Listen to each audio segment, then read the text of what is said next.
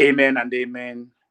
My brothers and sisters, I want to welcome you this moment. My name is Father Emmanuel Dirichukwu, and I'm your I'm your friend and brother. This morning we're gonna be talking about our family. It's one of the family issues that we're gonna be dealing with this morning, and as we want to begin it with the first reading of today, Exodus chapter 14, from verse 5 to 18. The real issue that we want to address this morning is the issue of when to act in marriage, when to take a decision in marriage. Some of us somehow are struggling with that situation, the question of when to take a decision, when to act. Some of us are married for different for some years now. Some of us have even are married for over 10 years, but it seems like we don't know when to act, how to act, and other approaches that we need to either save our marriage or as well as save the situation. Most importantly, is to save our life. You see, some of us put in too much in our marriage, expecting that the amount that we put is gonna be commensurable with what the experience will be. But findings and history have proved it otherwise. That even though we may put so much, that it doesn't lie on what we will expect. But anyway, the point is that we have to put in our best. We have to put in all with the expectation that the other party, the other person that is involved, will do likewise. Now, the problem is that sometimes some of us put in so much and the other person may not care at all.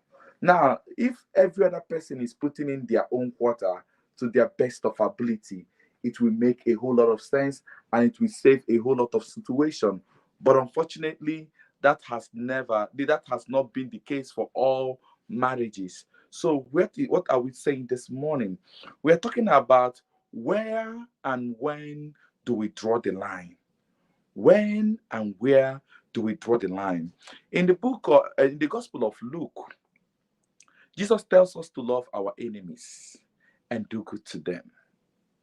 It will naturally, it will naturally come to that point where we can actually begin to do good first of all from among us before we even look at some people we are we will meet. So we begin from our family. Forgiveness begins from our family. um you know Forgiveness, compassion, and all the good things, we will begin that, of course, from our family. Unfortunately, the spirit and the context of the Gospel of Luke, when Jesus tells us to forgive our enemies, or to to kind of get along with our enemies and forgive them. When Jesus was talking about that part, it will be different context with Exodus chapter 14 from verse 5 to 18, where which is the issue of Pharaoh and the people of Israel, where Moses have to be the one who became where he became the mediator between the Israelites and Pharaoh, or where he spoke on behalf of the people of Israel.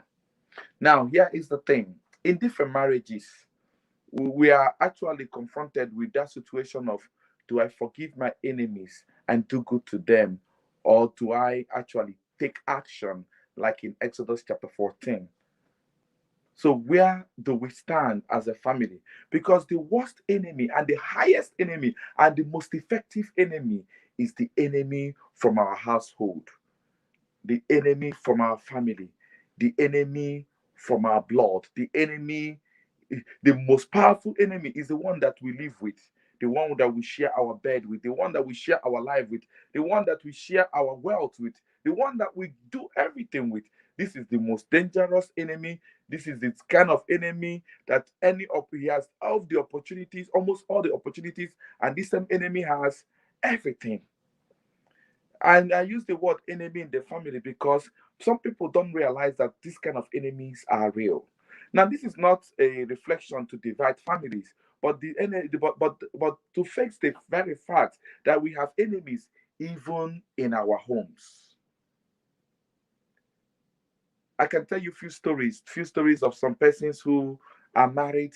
They are married, but they are worst enemies to themselves. One of the spouse is praying for the death of the other. One of the spouse is working to get the other one killed. One of the spouse is trying and working so hard to pull the other one down.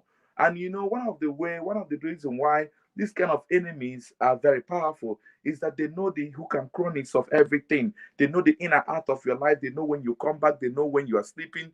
They know when you are tired. They know when you have something and when you don't have anything. They know you in and out. And that is why it is even much dangerous. Many of us never pray to have such enemy as a husband, as a wife, as a brother, as a sister, as an uncle, as an auntie, as a father, or even as a mother. But I want to establish the fact that these kind of enemies are real and are with us. Now, you don't go around looking at your brothers and sisters as if they are the enemies. By their fruit, by their works, by the actions they take, you can be able to dictate that. By the antecedents of how things have been happening, you can see that this person doesn't think good of you. Now, it is not as if you're looking for those who are thinking bad of you. Instead, you are looking for those who are looking out for you. But when those things are not forthcoming, when the events and when the experiences or the activities are repeatedly and consistently the same, then you will have to be aware of it and begin to take certain actions and measures. Now, this kind of enemy is not the kind of enemy you will treat almost like what we saw in the Gospel of Luke.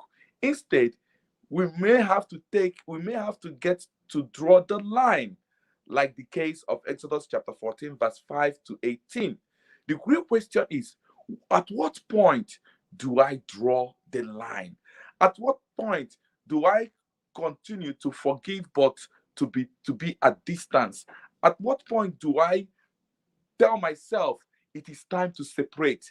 At what point do I say no, no, no, no, no?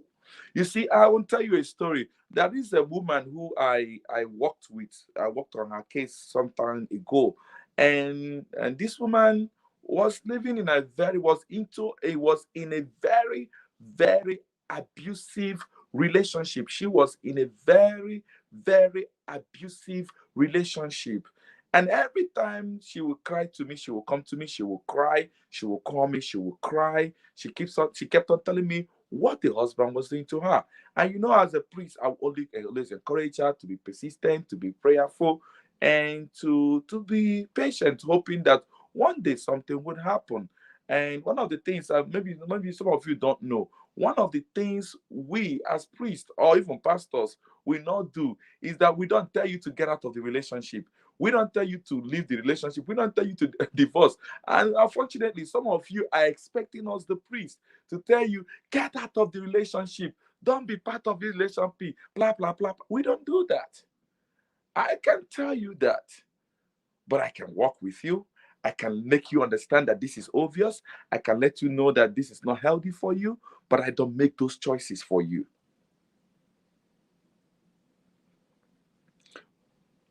Because we don't make those choices for you, it doesn't mean that you have to dwell in such an environment. We can give you some tips, but that's about it. But we don't make those suggestions. We don't make those decisions for you. Now, this particular woman was in a very abusive relationship, and for the woman, she loves her husband. For this woman, she was willing to die for her husband. For this woman, she kept on telling me, Father, this man is such a nice man. This man is just a good man. This man is everything. He's good. Just that I don't know what came over him. I hear this over and over and over. She kept on saying, he's a nice man. Something have happened. My village people have bewitched him with. Oh, there was all these kind of stories. But meanwhile, this woman was dying. This woman was physically, severally, on different occasions, was abused. This woman was rushed into emergency room several times. This woman, even at the point she felt she was gonna die, this one was gradually passing, but she kept on saying that she was gonna save her marriage, she was gonna save her husband, and everything was gonna be fine. But the more she thought everything was gonna be fine, the more she was actually going down the drain. Now, this abuse, unfortunately, I'm using the case of this woman, but of course, women abuse men too. In fact, they abuse them way more. It's just that it's many a times it's not reported. In fact, the abuse of a woman is even more complex than that of a woman, than that of a man. Now, everybody may not agree on this part, but the fact is that both men and women can be abusers. Whether husband or wife can be abusers. Where do we draw the line? I think that is the very question, the most important question here. As a Christian, where do I draw the line? Where do I say, this is it? Enough of this, enough of this. You see, I tell you something now. Although I'm not married, I don't tell you how to live your marital life. Whatever I say here, it's not final. It's not how every other person have to deal with it. But this is the case here. The case here is that so many of us who have been abused always pray for our abusers. We always want to love them even more. We want to give them everything. But it's not always like that. There is always a line that must be drawn. If somebody abuses you, if a man or a woman lays hands on you the first time and you don't address it, you don't stop it, you don't kind of give a very official, strict, straight order, like this is a no-no, you don't establish your stand, your position, my dear, you finished, and that you cannot, and it will be very, very difficult to save that marriage.